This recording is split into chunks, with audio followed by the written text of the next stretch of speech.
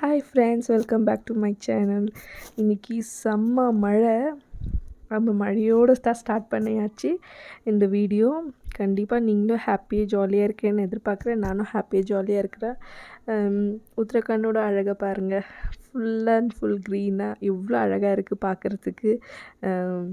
சும்மா வண்டி எடுத்துன்னு வெளியே போகும்போது இது வீடியோ ஷூட் பண்ணிருந்து சரி நீங்களும் பார்க்குவீங்க அப்படின்னு சொல்லிட்டு. செம்ம மழை, ஆனால் அப்போ மழை வரல, அதனால தான் எடுத்துருந்து மார்னிங்கே ஏஞ்சி எல்லாம் குளிச்சுட்டு வீட்டில் இருக்கிற வேலையெல்லாம் முடிச்சுட்டு பாப்பாவுக்கு இன்றைக்கி ஸ்கூலில் பாயாசம் இல்லைங்களா, அரிசி பாயாசம், அதை கீருன்னு சொல்லுவாங்க ஹிந்தியில். அது இன்றைக்கி செஞ்சு கொடுக்கணுன்னு சொல்லிட்டு சொல்லியிருந்தாங்க. சரி, அதுதான் நானும் கொஞ்சம் எப்படி செய்கிறது யூடியூப்பில் பார்த்து செஞ்சேன். ரொம்ப ரொம்ப ரொம்ப சூப்பராக வந்துச்சு. ஏற்கனவே செஞ்சுருக்கேன்.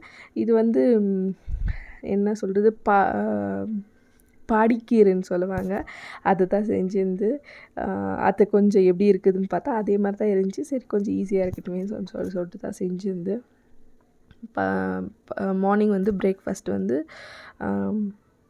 கோதுமை சேமியா இல்லைங்களா, அதுதான் செஞ்சுருந்து சாப்பிட்டேன். பசங்களும் கொஞ்சம் மக்கர் பண்ணாங்க. சேமியாவோட டேஸ்ட்டு இதுவும் அதுவும் வேறு மாதிரி இருக்குது இல்லைங்களா, அதனால சரி எப்படியோ சாப்பிட்டாங்க. டிஃபனும் எடுத்துன்னு போயிட்டானுங்க நல்லா பசங்களாம். சரி ஆயிடுச்சு, வேலையெல்லாம் முடிஞ்சதும் இந்த பாயாசம் எப்படி செய்கிறதுன்னு பார்க்கலாமா. இது நார்மல் சேமியா, நம்ம உப்புமா சேமியாலாம் எப்படி செய்யணுமோ அதே போல் தான் செஞ்சுட்டேன். நம்ம நல்லா உதிரியாகவே வருது, நல்லாவே இருக்குது. கொஞ்சம் லாஸ்ட்டாக கொஞ்சம் நெய் மட்டும் ஆட் பண்ணிங்கன்னா இன்னும் டேஸ்ட்டாக இருக்கும். முதல்ல கொஞ்சம் பாஸ்மதி ரைஸை தண்ணி ஊற்றி வேக வச்சுட்டு நல்லா வெந்துடுச்சுன்னா அதுக்கப்புறம் தேவையான பால், நம்ம பால்லையே தான் வேக வைக்குவாங்க. நான் பாலில் அது அவ்வளோ சீக்கிரம் வேகிறதில்ல இல்லைங்களா, அதனால் கொஞ்சம் லேட்டாக தான் தண்ணி ஊற்றி தான் வேக வச்சேன். அப்புறமா லாஸ்ட்டாக பால் ஆட் பண்ணி நல்லா கொதிக்க விடணும். கொஞ்சம் கூட அந்த பாலோட ஸ்மெல்லே இருக்கக்கூடாது. அப்போ தான் ரொம்ப ரொம்ப டேஸ்ட்டாக இருக்கும்.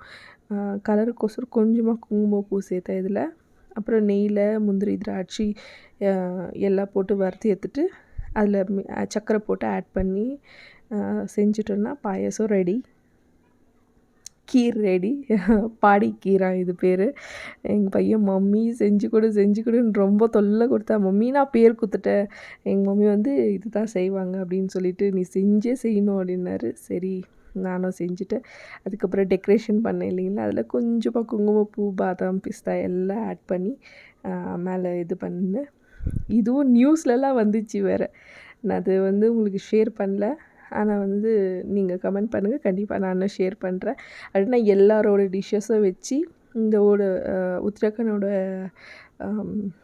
எஜுகேஷன் மினிஸ்டர் இருக்கிறாங்க இல்லைங்களா, அவங்க எல்லாம் டேஸ்ட் பண்ணாங்களாம். இது மட்டும் இல்லை, அவங்க இந்த பாப்பாங்க படிக்கிற ஸ்கூலில் விசிட் பண்ணியிருக்காங்க.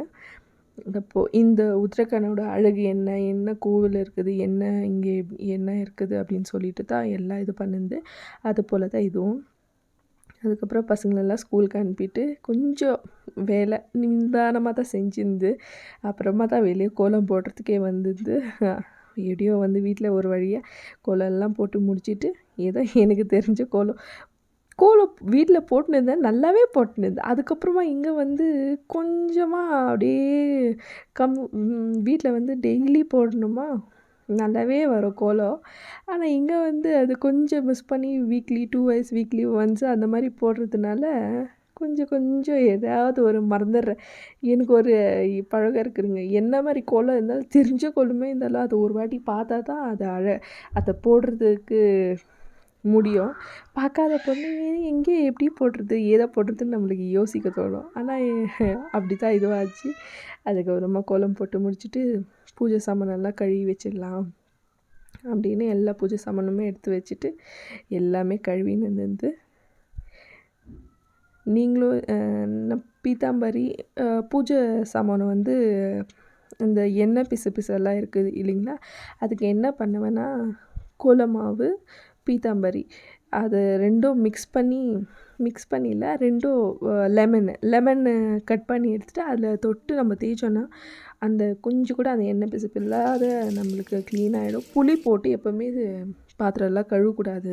அது புளியாக ஆகிடும் இல்லைங்களா, அந்த மாதிரி அந்த மாதிரி கழுவாதீங்க. இது வேணால் ட்ரை பண்ணி பாருங்கள்.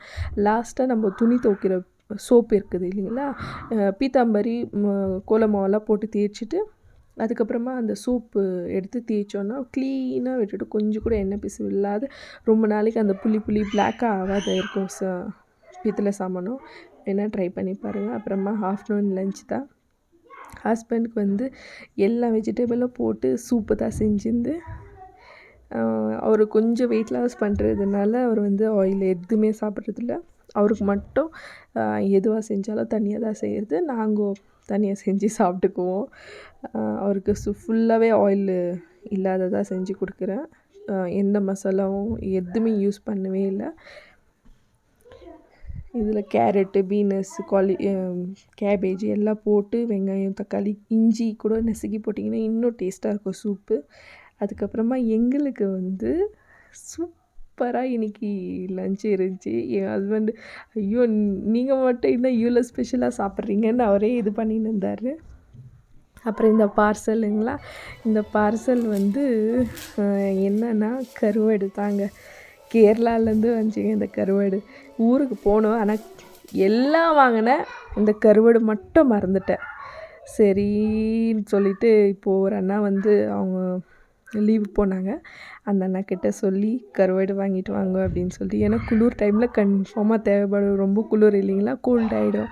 எல்லா பசங்களுக்கும் சரி நம்மளுக்கும் சரி இந்த கருவாடு வீக்லி ஒரு வாட்டி 2 வாட்டி செஞ்சோன்னா அதில் நல்லா இருக்கும்னு சொல்லிட்டு ஒரு ஆசை தான். அதனால தான் சரி கருவாடு வாங்கின்னு வந்து சொன்னால், எனக்கு இது சின்ன கருவாடு பேர் நெத்திலி கருவாடு. ஆனால் அது பெருசு பேர் எனக்கு தெரியல. தெரிஞ்சால் கமெண்ட் சொல்லுங்கள் அது என்ன கருவாடுன்னு சொல்லிவிட்டு. ஆனால் பெரிய கருவாடை வச்சு தான் இன்றைக்கி செஞ்சுருந்து.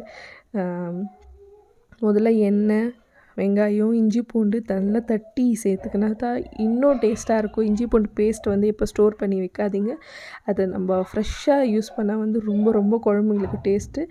எப்போ தேவையோ அப்போ வந்து அரைச்சி சேர்த்துங்க. அதுக்கப்புறமா நான் வந்து இஞ்சி பூண்டு பேஸ்ட்டு அதில் மிக்ஸ் பண்ணிவிட்டு தக்காளி எவ்வளோ தேவையோ அவ்வளோ தக்காளி, நான் ஒரு 3 தக்காளி ஆட் பண்ணேன். அப்புறமா புளி ஊற வச்சு, சின்ன ஒரு நெல்லிக்காய் சைஸ் புளி ஊற வச்சு அதில் சேர்த்து நல்லா கொதிக்க விட்டு அந்த எண்ணெய் பிரிஞ்சு வந்தப்போ அப்புறமா கருவாடு சேர்த்து ஒரு 5 மினிட்ஸ் விட்டிங்கன்னா சூப்பராக வெந்துடும். இந்த வீடியோட லாஸ்ட்டுக்கு வந்துட்டு பிடிச்சிருந்தா லைக் பண்ணுங்கள், ஷேர் பண்ணுங்கள், கமெண்ட்ஸ் பண்ணுங்கள்.